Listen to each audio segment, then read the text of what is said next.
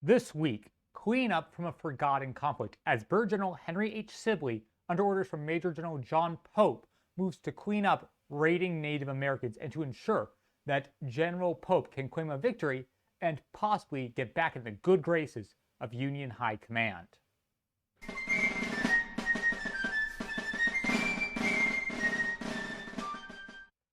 Sibley left for Dakota Territory with over 3,000 men, but with the heat and thirst taking the toll of his tired army, it now numbers 2,056 men, made up of 1,436 infantry, 520 cavalry, 100 artillery, and 60 Sioux scouts. He is moving towards the men of Incapaduta.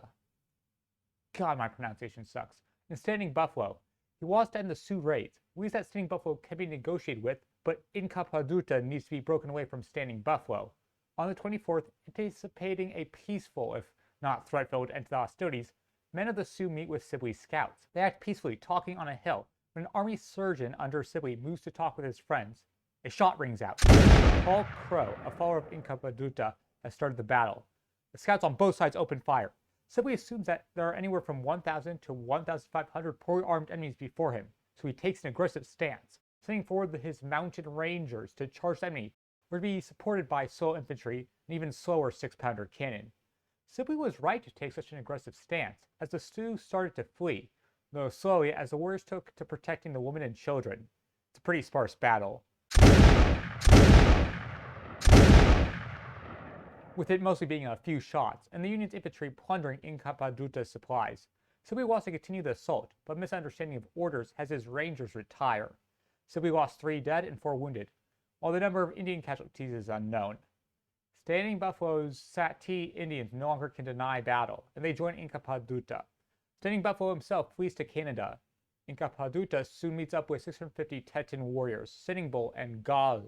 Sibley marches to Dead Buffalo Lake on the 26th, and by noon he sees mounted Sioux warriors on the hills ready to assault him. Sibley advances artillery with 2 companies of infantry to open fire on the Indians who withdraw. The 1,600 of Incapaduta charge Sibley's left flank, but the mounted rangers and infantry pulse them. The Indians then fall back and hide. Sibley's men, assuming the engagement to be over, take out their livestock and horses to feed, the primary target of the Sioux's assault. Then men under Sitting Bull move in on the right flank. He engages in close quarters combat with cavalry and infantry, and using a whip commits a counted coup, an honorable assault where you don't physically hurt your opponent, only strike them with a non-deadly weapon. Despite Sitting Bull's accomplishment, his men are repulsed. Sibley lost 1 man, and Incapaduta lost anywhere from 1 to 15. Sibley continues his pursuit of the Native Americans, hoping to catch them before they cross the Missouri River. Brigadier General Alfred Sully has 1,200 soldiers, and if all goes to plan, Sibley would be able to capture the men of Incapaduta with his help. On the 27th, he camps at Stony Lake, and on the morning of the 28th, he begins his march of the day. But soon his scouts report a gigantic Sioux force numbering 2,500 men.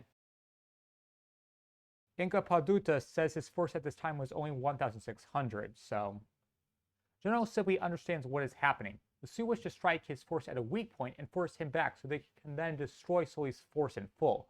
He closes his line around the supply wagons, and as he sees on the hills for about 6 miles, the men of Incapaduta practically encircling him. Sibley thinks he's outnumbered. The Sioux have the high ground. What advantage does he have? Technology. His men have rifles, his opponents bows and muskets. The 10th Minnesota decides to move first, advancing and firing at the Indians, who are unable to return fire. The artillery, seeing that the battle has started, unlimber and open fire. With this, the 6th and 7th Minnesota deploy on the left and right of the wagon train and move to take the hills. The Sioux don't want a full battle and retire. Sibley suffered no casualties, and the Indian losses are unknown.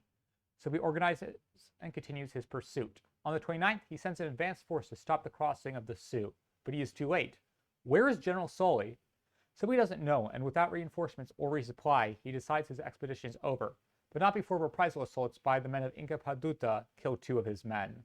I would normally close up the expedition with a paragraph, but I have a feeling we'll be seeing more of Incapaduta.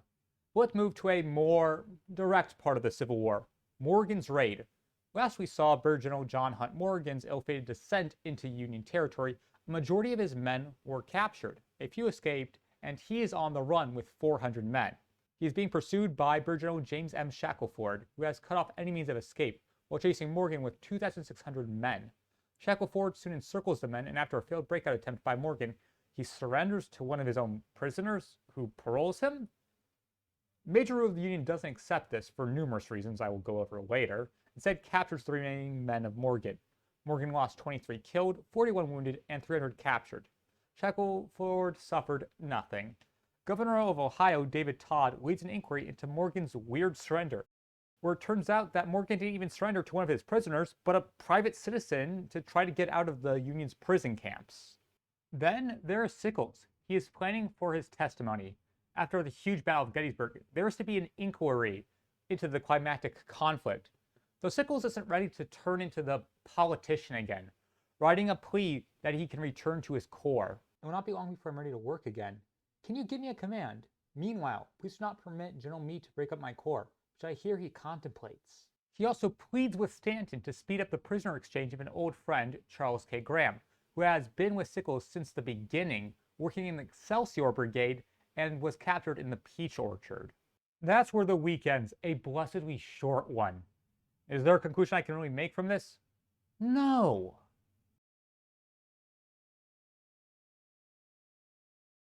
Hello, it's the entire Civil War week by week team here. And I know what you're thinking. Couldn't you have, covered other things? And yeah, it's just after Gettysburg I've been burnt out.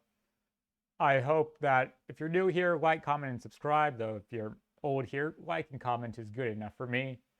And I hope to see you next week, where it will also be pretty short.